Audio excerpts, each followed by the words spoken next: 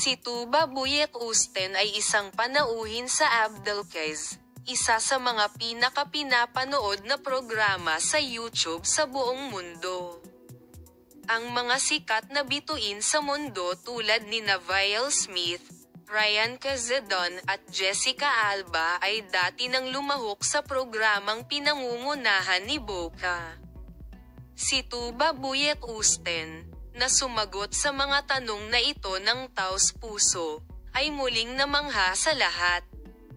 Si Tuba Buyek Usten ay isa sa mga panauhin ng AB Talkas, na pinangunahan ni Anes nitong Nobyembre, at ang sikat na programa sa buong mundo ay nakakuha ng atensyon sa pakikilahok ng maraming kilalang tao noon.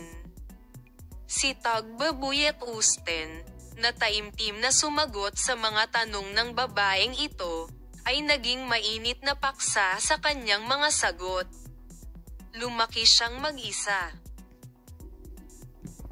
Sinabi ni Tuba Buyek Usten na lumaki siyang mag-isa dahil ang kanyang mga magulang ay nagtatrabaho at ang sitwasyong ito ay nag-ambag ng malaki sa kanya na sinabi niya na sa kalungkutan, narinig niya ang mahinang boses sa loob niya at sa gayon, siya ay lumaki bilang isang bata na napaka mapagmasid at naghahanap ng mga bagong bagay na masasabik. Ang puntong binibigyang diin niya ay ito ang tampok na gumagawa ng pinakamalaking kontribusyon sa iyong pagtuklas sa sarili. At ang sa tingin mo ay mahalaga, hindi ang mga detalye. Sinabi ni Tuba Buyek Usten na ang pinakamalaking problema sa ngayon ay nabubuhay ang mga tao sa pag-aalala kung sino ang magsasabi ng ano.